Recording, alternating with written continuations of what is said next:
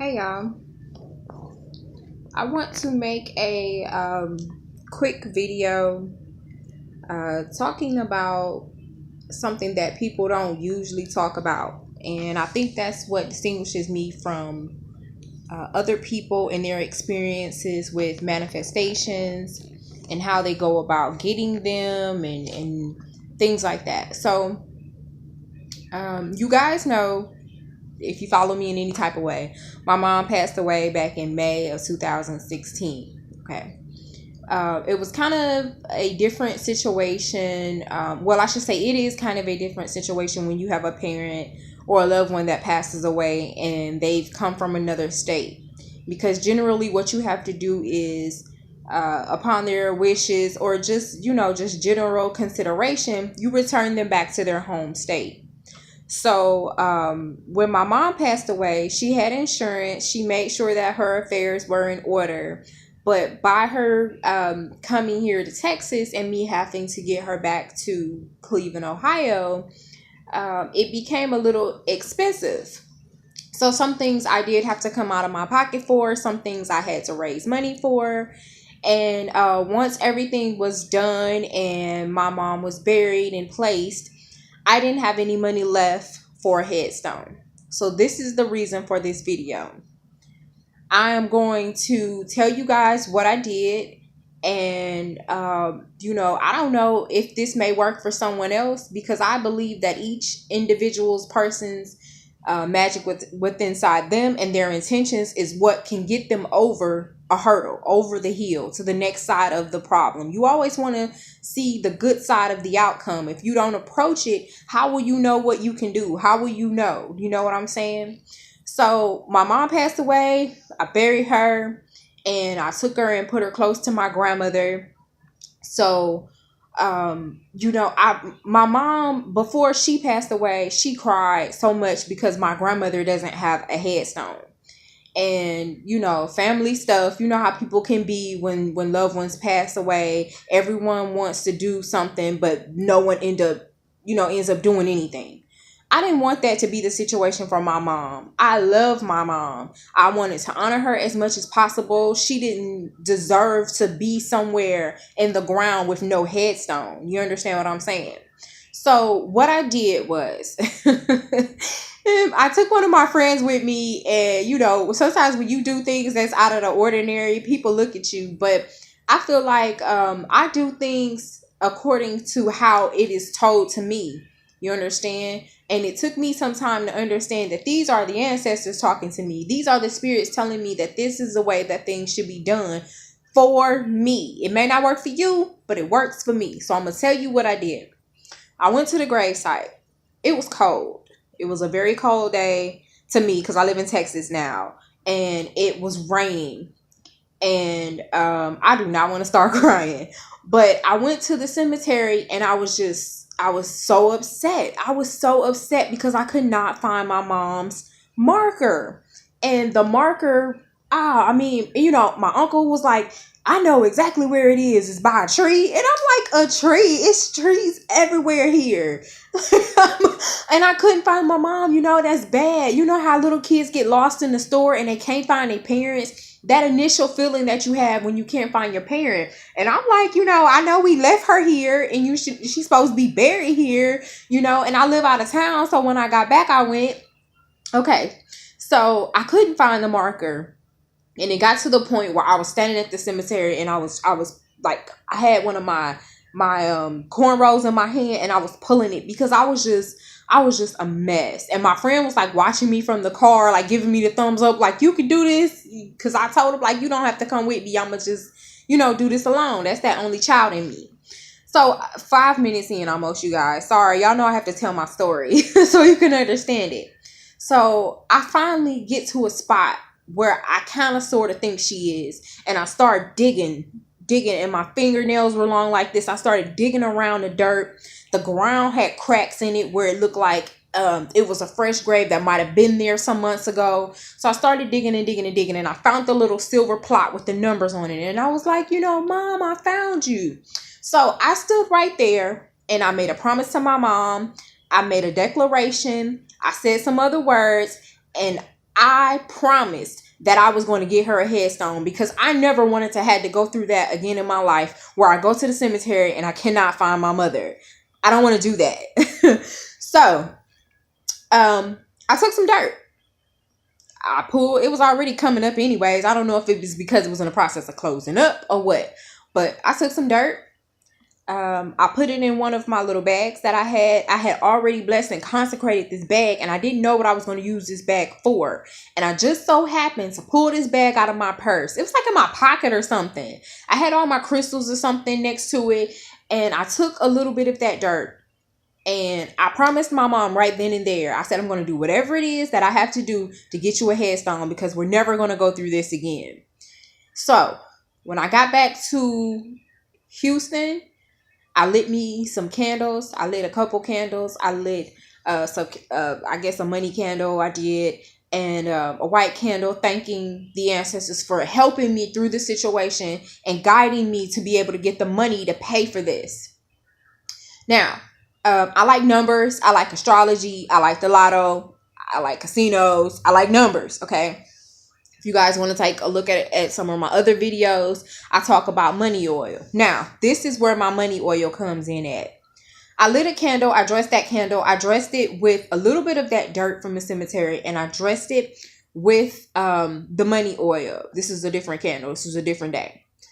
And I set my petition out there to the universe, and I said, if you don't help me get this for her, we're going to continue with the cycle. We're going to continue to have people go. I'm going to continue to go. This is going to be a bad cycle. We have to learn how to break these cycles in our situations. You know what I mean? So it took some time. It took some time.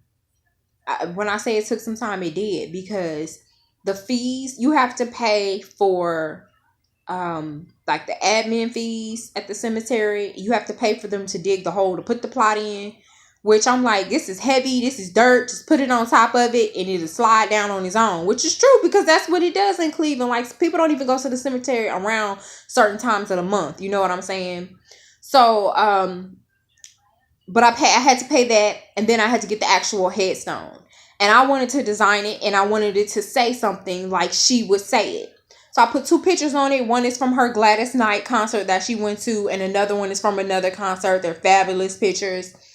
And I put some words on there. I said a smile that runs for miles and a laugh that rings, or something like that. And then it says fabulous, because she always, everywhere she went, everything was fabulous. Like, she used that word before what's that lady's name? Wendy Williams. Before everybody, my mom always called everybody fabulous. Everything was fabulous.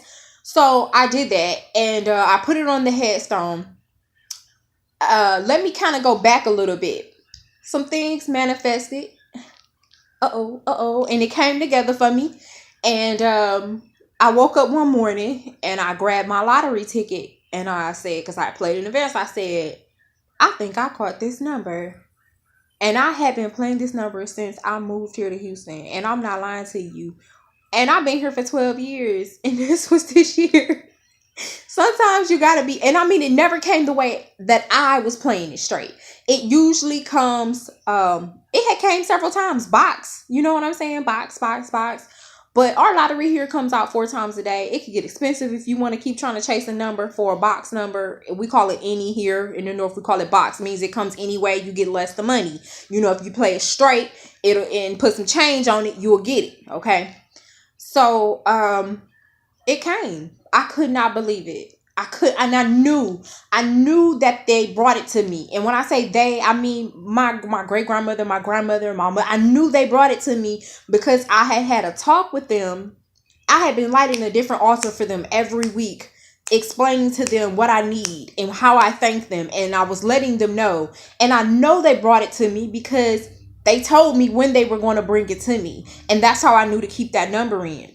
I kept it in. It came. I couldn't believe it. You know how you want something and sometimes you get it, you be like, oh my goodness, I can't believe it. Not only could I not believe it, but my communication between them is working. Me honoring them, they were thankful. It was working. They knew that because they gave me what I asked for, they trusted me. They knew that I was going to be the one to do what I said I was going to do.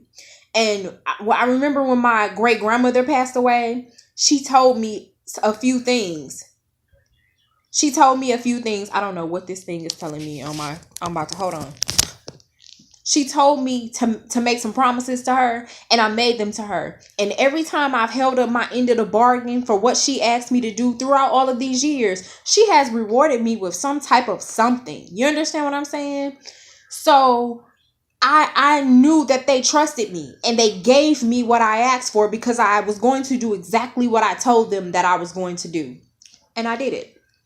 I called that same time I got it. Once it cleared in the bank, I called the people. I called the lady at the cemetery. We know her. You know, she's dealt with a lot of people in our family. I went ahead and made those arrangements immediately. And see, another point of this video is that when you ask for things, you have to know the next step. You have to know the next step of what it is that you're going to do once you get the thing that you asked for. Because I could have just got this money and been walking around and been like, oh, I got to go get a headstone. No, I knew the company. I had already researched the company. I knew how much it was going to be. I just didn't know what pictures I was going to use. But I had a couple in my mind because those are the most recent pictures, and they were some of the most fabulous pictures that my mom had really taken before she passed. My mom, she lived her best life. Like, she knew, I guess she just knew that she was going to pass. And every time I turn around, she was at a concert, at a something, at a gathering, on a boat. I mean, just everywhere, doing everything. So she took so many pictures. So that's what I did, you guys. I went to a gravesite. I stated my intention right there. Sometimes when you have something going on, the location that you start your journey at means a lot. It means a lot. What you intend on doing, state it. Follow through. If you're a person who do spells and you like candles and you do candle magic, you know what I mean? You don't have to keep doing it every day. But if it's something that's going to take a process, you have to be patient and be willing for it to come, willing for it to work, willing for it to come to pass. Like what it is that you're trying to do. Stay through with it. And once you get what you've asked for, do exactly what you said you were going to do. Don't go off and be like, oh, them new shoes will be nice. I sure need a new phone. I sure need this and I sure need that. Because it was other things that I needed at the time. And I was like, I said I was going to do this with the money. I was going to get this headstone. I was going to do this and close these final debts out the way that she wanted me to do them. And I did that. And everything went smooth.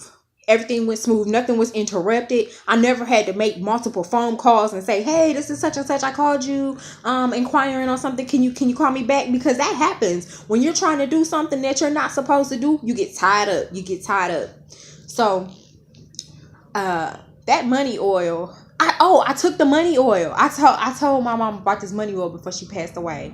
But I took the money oil and I poured it down in the cracks that were in the in the cemetery by her little marker. And I poured that money oil down there and I said some words and I asked for that money oil to uproot.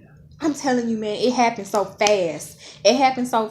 So I wanted to make this video and tell you guys about this a long time ago when I put her picture of her headstone up on Facebook.